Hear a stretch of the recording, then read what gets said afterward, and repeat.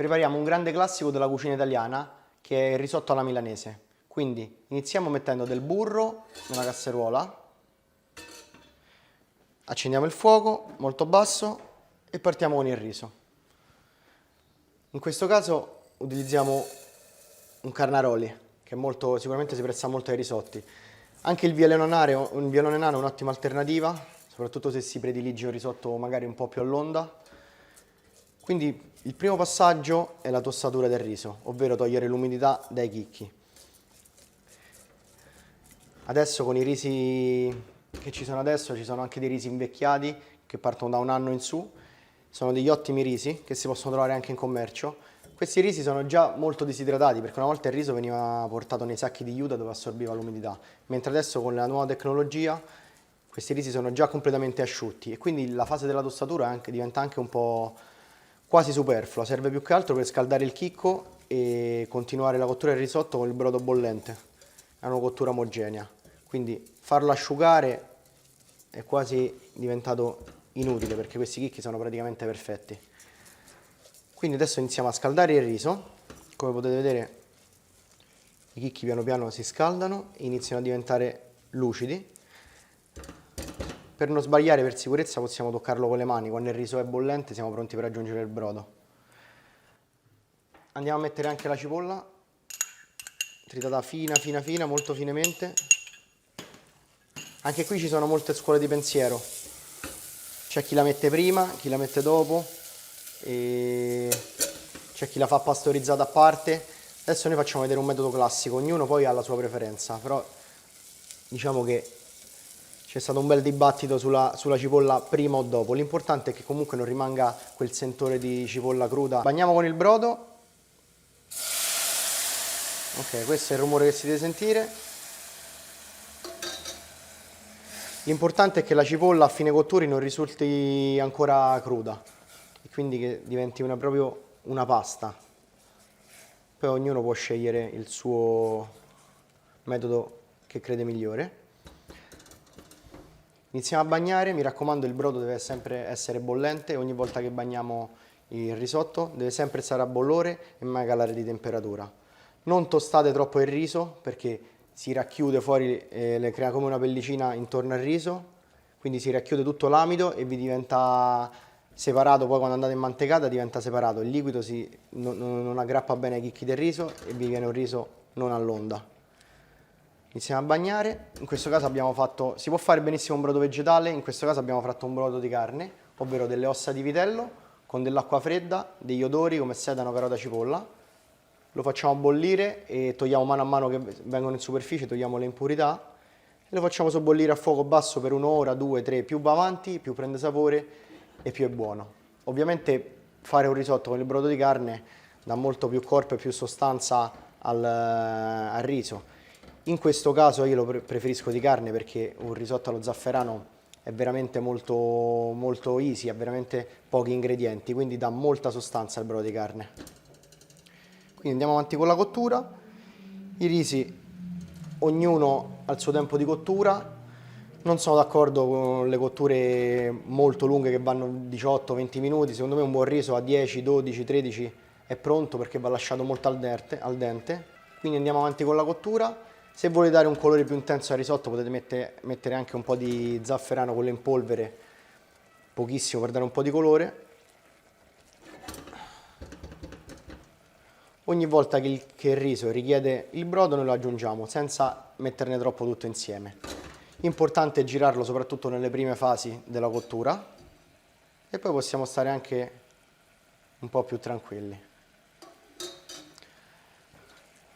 Girarlo continuamente, si dice che il riso tiri fuori più amido e diventa molto più cremoso, ma se provate a fare un risotto in una pentola a pressione senza mai toccarlo, vi accorgerete che se ben calibrato, quando andrete a togliere il coperto e a mantecare sarà cremoso come un riso che avete girato costantemente.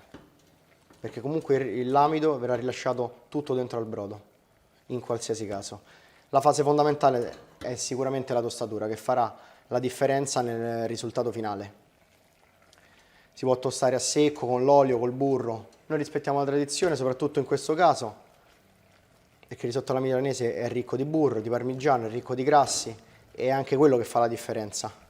Si può sfumare con del vino bianco e dare un po' di acidità, io preferisco mettere qualche goccia di limone alla fine in mantecatura, perché il limone con lo zafferano e il parmigiano sta benissimo. Ok, portiamo avanti un po' la cottura del risotto e ci vediamo tra poco.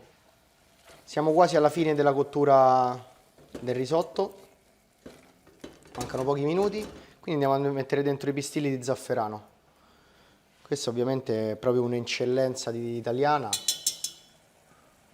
Il nostro è il migliore al mondo, si trova in quasi tutta Italia. Se ne usa davvero poco e va incentellinato perché ha un sapore fortissimo e soprattutto questo basta che prende solamente un po' di calore e si sentirà nel risotto, e soprattutto ha veramente un prezzo elevato perché ha una lavorazione che ancora viene fatta manualmente, viene preso uno per uno con le mani ogni stelo, e quindi è veramente ogni pistillo, scusate, e quindi è veramente complessa e faticosa. Non ci sono ancora macchinari che prevedono la raccolta dello zafferano. Chi fa lo zafferano fatto a mestiere, come si faceva una volta, lo zafferano di Navelli, lo zafferano di... Ovviamente il prezzo è anche relativo, nel senso costa tanto, ma con 1 grammo di zafferano si possono fare tantissime cose perché pesa veramente poco, quindi 3 pistilli, 5, 6 bastano per un risotto, quindi è un prezzo alto ma relativamente. Mettiamo ancora un po'.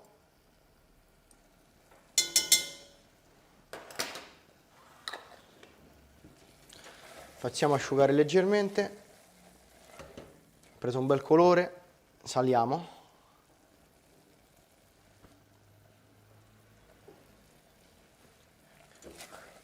E adesso andiamo a mantecare, ovviamente fuori dal fuoco, quindi spengiamo la fiamma perché il parmigiano non deve filare, non deve superare gli 80-90 gradi, e mantechiamo con del burro freddo. Adesso il riso è pronto per essere mantecato, vi consiglio sempre di lasciarlo leggermente asciutto per non rischiare, perché una volta mantecato, se in caso dovesse venire troppo asciutto, siete sempre in tempo per recuperare con il brodo. Invece una volta che viene morbido diventa veramente difficile. Adesso aggiungiamo del burro freddo di frigo, perché questo shock termico con il risotto caldo crea una reazione che aiuta a montare. Abbondante burro e iniziamo a mantecare.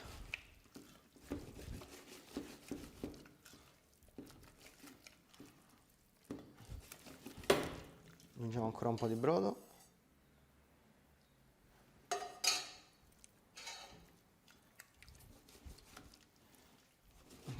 Appena cala un po' la temperatura, che il burro inizia a sciogliere,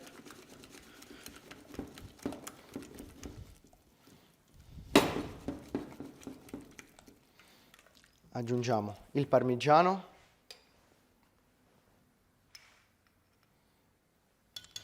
l'equilibrio diciamo che è tutto qui tra il burro, il parmigiano, il sale e il limone, perché sono pochi ingredienti ma vanno dosati molto bene per non avere un ingrediente che prevale sull'altro. Ancora un po' di brodo.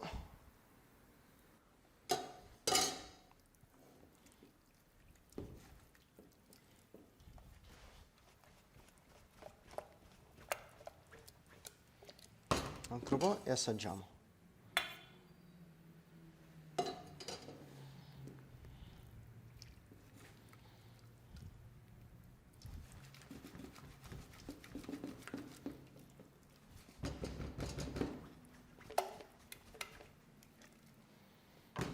Assaggiamo il risotto.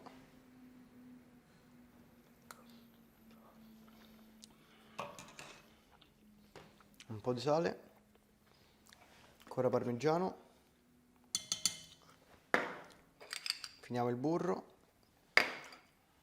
e acidifichiamo con qualche goccia di limone, senza esagerare.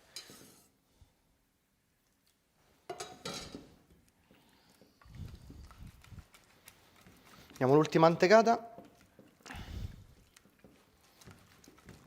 Vedete come acquista la cremosità tipica del risotto.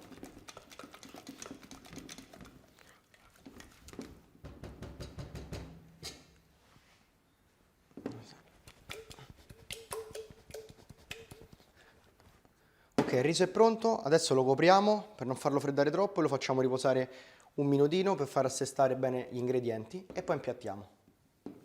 Il risotto è pronto, può essere completato con del midollo di vitello e andiamo a impiattare. Vedete, non è slegato, ma è bello cremoso.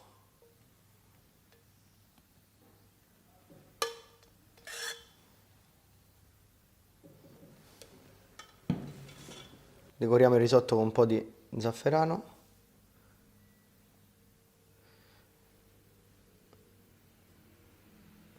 Il risotto alla milanese è pronto.